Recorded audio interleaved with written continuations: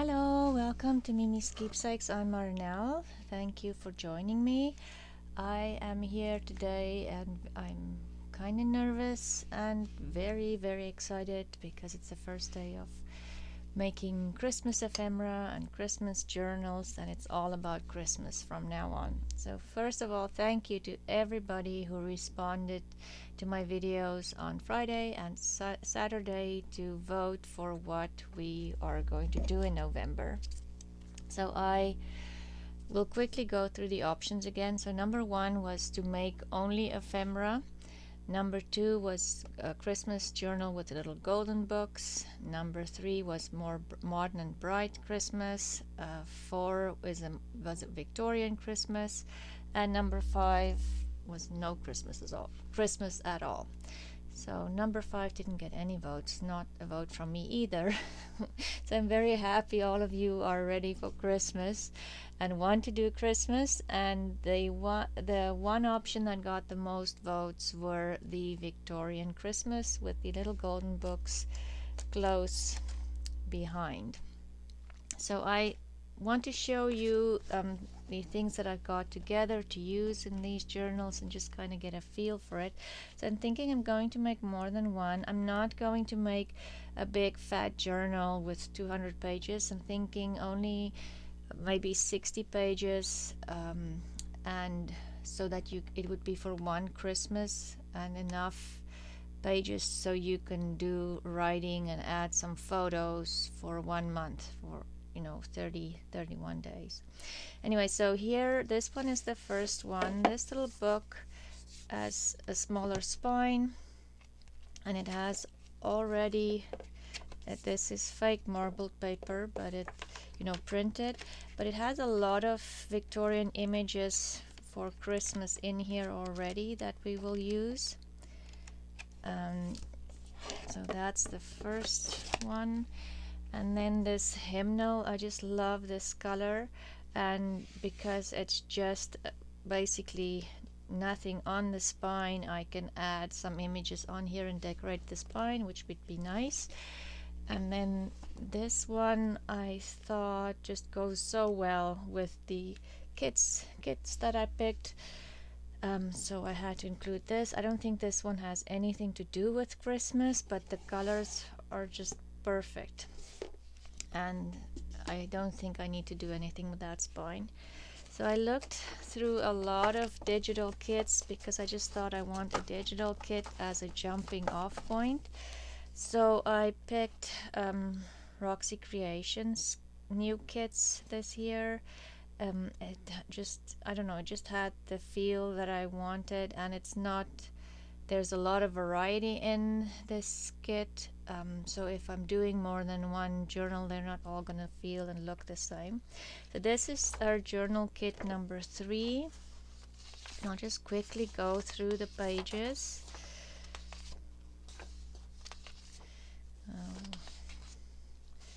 It is just beautiful, and as you can see, there are so many different elements in here.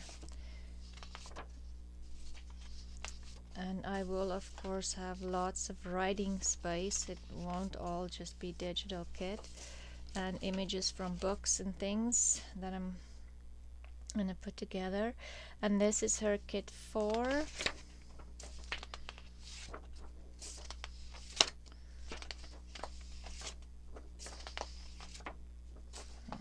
Just beautiful, and I love the greens, and there's neutrals, there's blues in there. And then this is the postcard kit. I don't think I have any vintage Christmas postcards, so I'll have to make some. And this is the ephemera kit, and there's beautiful images here to fussy cut, and I printed this and more postcards, this on more thicker cardstock. And this is the tags. The tags are absolutely gorgeous. I do think I'll have to make quite a bit of extra bigger tags, because I do like a bigger tag in the background, but these are a good start, you know, and these, it's good to have these and add more to them, and you know, these printed kits, and make them your own, and make some of your own as well. This, you know, ephemera. This is tailor-made journals, Victorian German scraps. And I do like these images, and they go really well with Rachel's images, so I still have to fussy cut all of those. Be doing that tonight. And then I just thought I needed some printed, you know, just what do you call it? Just papers with just like decorative papers and not images on them to add to all those busy images. So this one is Vintage Studio 717 Christmas Scroll in red and green. And again, I just thought it goes well with Rachel's kit. And then I'm also going to add some pages from this book. It is a book from 1884. This journal is still in my shop, but the pages, I still have a lot of pages left from the book, so I'm going to use those. And then I have some music paper, and this is a vintage music book. I think it's German, and it's definitely I don't know if it's Christmas songs, but it is definitely like a hymnal or more Christian songs, but there's no date in here. But I just love the fact that it's landscape, printed landscape, and then I can just fold it over for a page in the journals. So that, and I also have some die cuts that I didn't bring, you know, Christmas leaves and holly. And I have this stamp. I bought this stamp actually for that image, for the Roxy Journal of Stitchery, because I was not going to embroider a deer. And then I also have this roll that I made quite some time ago, that we can add some of the Christmas images and create some Christmas ephemera. And that is about my what I have in my room for Christmas that would work. I have a Christmas ribbon here too. But we'll just make things and we'll go from there and see what happens. So I'm thinking, let's make something today. And I want to use this. I don't want the fussy cuts and all of the ephemera, because I still need to cut those out. We'll look. I saw those envelopes that was on Ruby and Pearl. You probably all saw that video this last week. And so I was thinking maybe I'll make a envelope or two like that, because it's just so pretty. So she made an envelope like that folds over like this. So I need an image. That's what I'm looking for. An image that would be, you know, it won't be sideways when I use it. That orientation, and that might be difficult. This one might work. We can do something about that. Just because these are all made for journals. That one. So if there's just one image that would be sideways, I'm thinking it would be fine. That could be covered. This could work too. This one could work too. This one could work too. I'm thinking. Okay, let's decide on one. Or if we have time, we can make two. No, this one won't work because the Christmas tree would be on its side. This one. Let's do this one. I do like this one. Let's start by cutting the white edges off.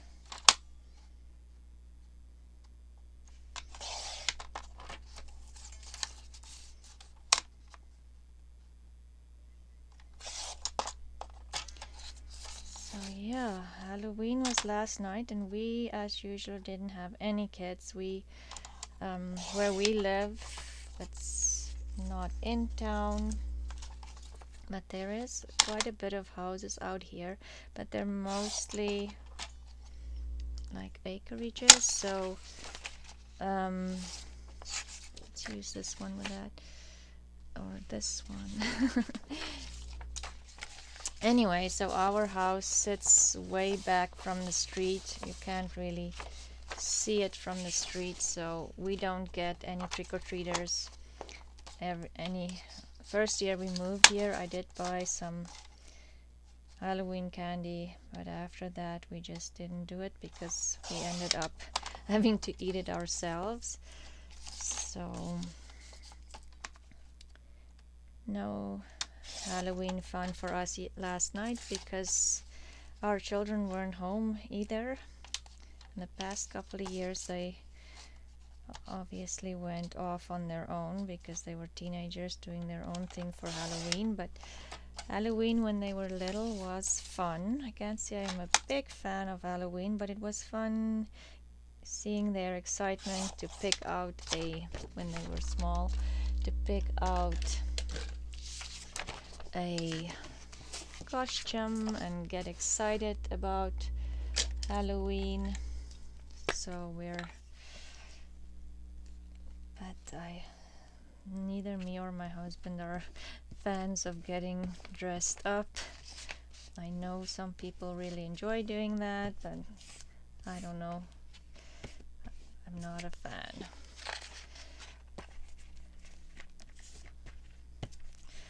So I hope all of you had a safe and wonderful Halloween. If you celebrate Halloween where you live. I know we didn't do Halloween, well, this one is smaller, in South Africa. It wasn't a thing. I don't know if they do it now. Not sure. I should ask my sister if that is a thing now because times change. I'm gluing two together because I didn't print them double-sided, and it will strengthen my envelope a little bit. Let's just cut this.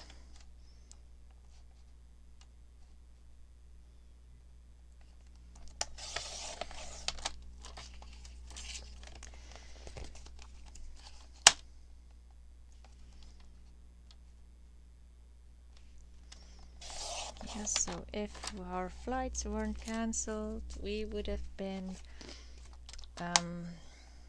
flying on Saturday, and by now we would have been suitcases, luggage ready and all excited to go, but yeah, it just didn't work out. But maybe next year. So then what I need to do, what she did first was cut. I need to decide. So if I have it like this with the flap over, yes, that should be fine. I'm just going to add a little bit of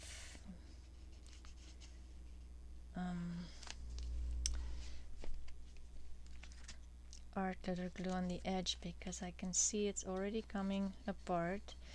I am trying this new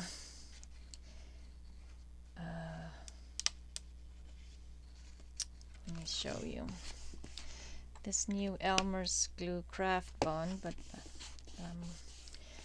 Candice from Candy Cane Create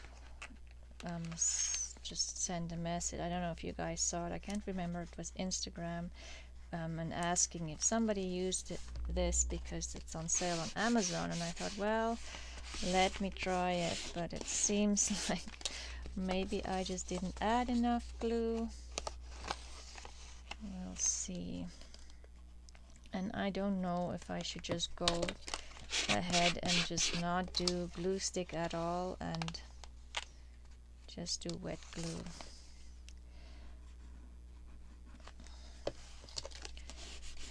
So I'm gonna leave. I don't think I'm gonna cut it smaller. Let's just see with one of these books, because this one, for instance, is very big. It won't go in like this, but it will go in like this. So I'm just going to leave it. I think it should be fine.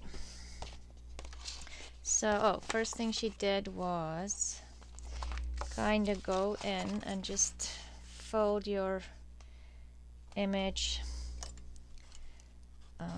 You know, just don't fold it flat, because you don't want the fold to sit there, and then just make a curve for the flap of your envelope. And I'm gonna kind of go around this just because of my image there, and then maybe do something like that.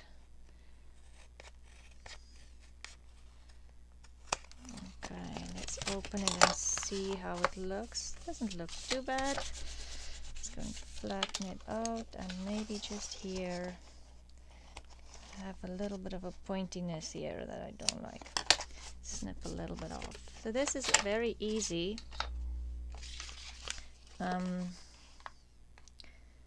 Then I am going to just fold this over.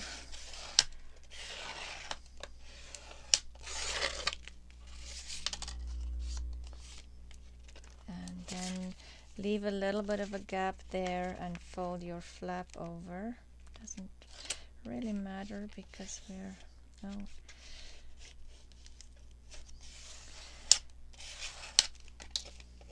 now we just need a closure.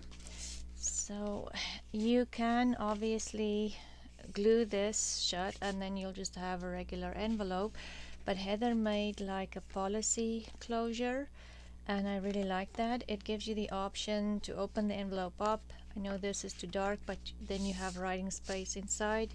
You can always just glue some coffee dyed paper in here and write. It also gives you a spot to glue in more photos, or just pop something in and wrap it in your envelope. So I have this sponge, and it gives me a circle this size, but it's too small. And then the next circle punch I have is this one, which is too small too on my envelope. So I'll have to think of something else to do with my envelope closure. So I found this small hinge, and this was from Stampin' Up! Years and years ago. I think it had a different brand, but I'm gonna use that one because that's what I have. So all you do, and I'm pretty sure you'll still be able to find this somewhere, maybe Michael's, but then it kind of, okay, so I'm gonna put it there, and with my awl just poke a hole through. And I have this foamy stuff that's from packaging underneath, because it's just easier to poke the hole through if you have something underneath. And then I'm going to add the brad in here.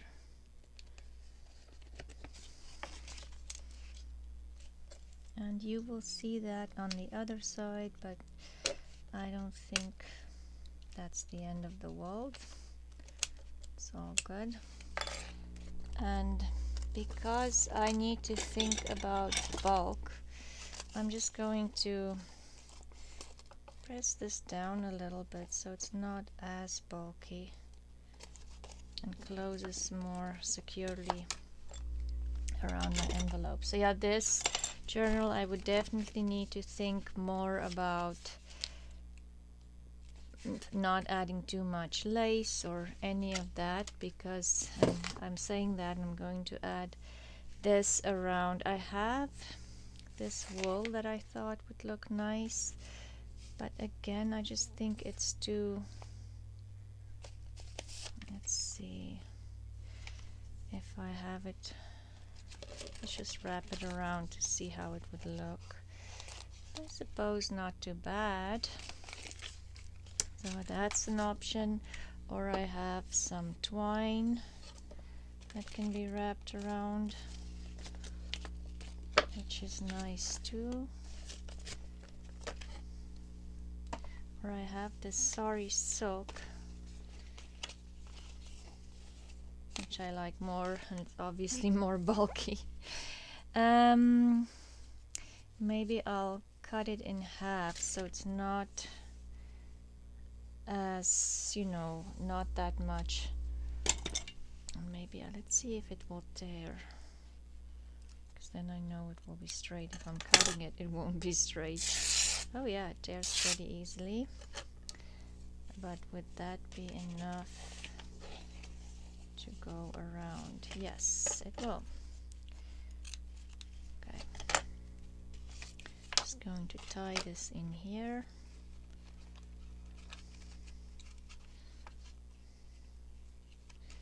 I can probably sew this tight too.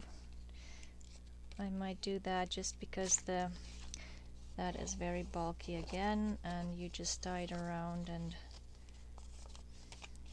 that's your envelope. And obviously once I did all the fussy cutting, I'll tuck something in there, and this can just be tucked in a pocket or a side tuck, or if you don't have the closure, you can even just do it like an over the page envelope. So that is our first Christmas project. Thank you for joining me, and hopefully tomorrow we will start on making more Christmas things, and I'll have all the fussy cutting done so we can play with all the elements from Rachel's kit. I'll add all the kits that I showed you today in my description box, and I'll see you tomorrow. Bye!